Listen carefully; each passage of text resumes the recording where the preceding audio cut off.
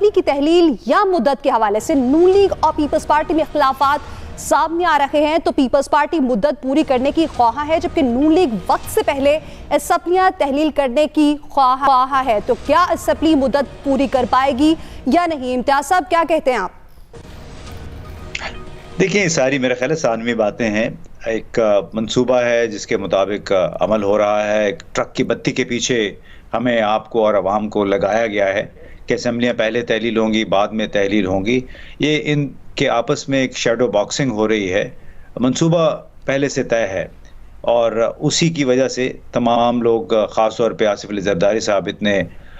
پر اعتماد معلوم ہوتے ہیں اور لاہور میرا خیال ہے پہنچ گئے ہیں، اور اس میں جو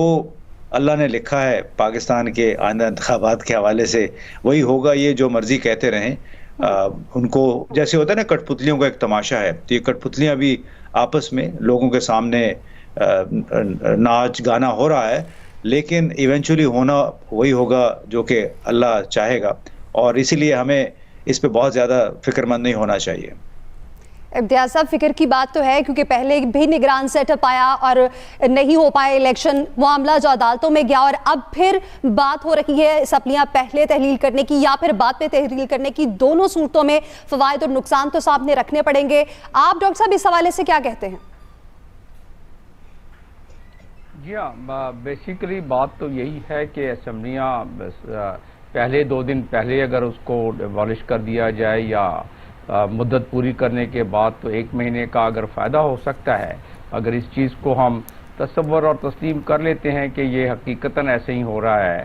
اور یہ عوام کو دکھاوے کے لیے نہیں ہو رہا، تو اس لحاظ سے فائدہ پیپلز پارٹی کو ہوگا، اس لیے کہ پیپلز پارٹی کو پتہ ہے کہ اس وقت جس بام و عروج پر مہنگائی ہے اور جس بام و عروج پر یوٹیلیٹی بلز پہنچ گئے ہیں، جس طریقے سے لوگ شکار ہیں بھوک اور ننگ کا، جو قسمہ پرسی میں جو ایک عام آدمی ہے اس ملک کا وہ پڑا ہوا ہے، تو اس میں اس ساروں کا الزام آتا ہے حکومت وقت پر کہ بھائی انہوں نے کیا کیا۔ ایک IMF کے ٹرانچے سے کوئی مہنگائی تو نہ صرف ختم ہو سکتی تھی بلکہ بڑھانی پڑے گی۔ جو 7 کنڈیشنز ہم نے مانے ہیں IMF کے اس اسپیشل ارینجمنٹ کے تحت، تو اس میں ہمیں مزید مہنگائی کرنا پڑ رہی ہے۔ آپ نے دیکھ لیا کہ بجلی مہنگی ہو گئی۔ بالکل ڈاکٹر صاحب، ایسا ہی ہے، ہم پروگرام کے اگلے حصے میں اس پر بات بھی کریں گے کیونکہ مہنگائی تو واقعی دن بدن بڑھتی جا رہی ہے۔ جی، تو اس کا اثر اسی پر پڑ رہا ہے کہ الیکشن میں پیپلز پارٹی اگر وہ 60 دن کے لیے چاہتی ہے تو وہ اس لیے چاہتی ہے کہ اگر نون لیگ کو اگر ایسا ہو جائے تو 90 دن ملیں گے، تو نون لیگ کافی ایک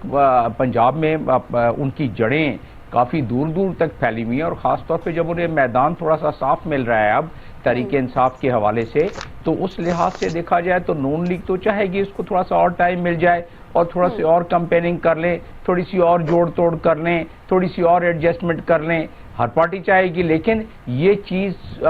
کیوں فیور نہیں کرتی پیپلز پارٹی کو کہ اگر نون لیگ زیادہ سیٹیں لے جاتی ہے پنجاب میں تو پھر پیپلز پارٹی وہیں کی وہیں کھڑی رہے گی، صرف سندھ میں زیادہ حکومت بنا لے گی۔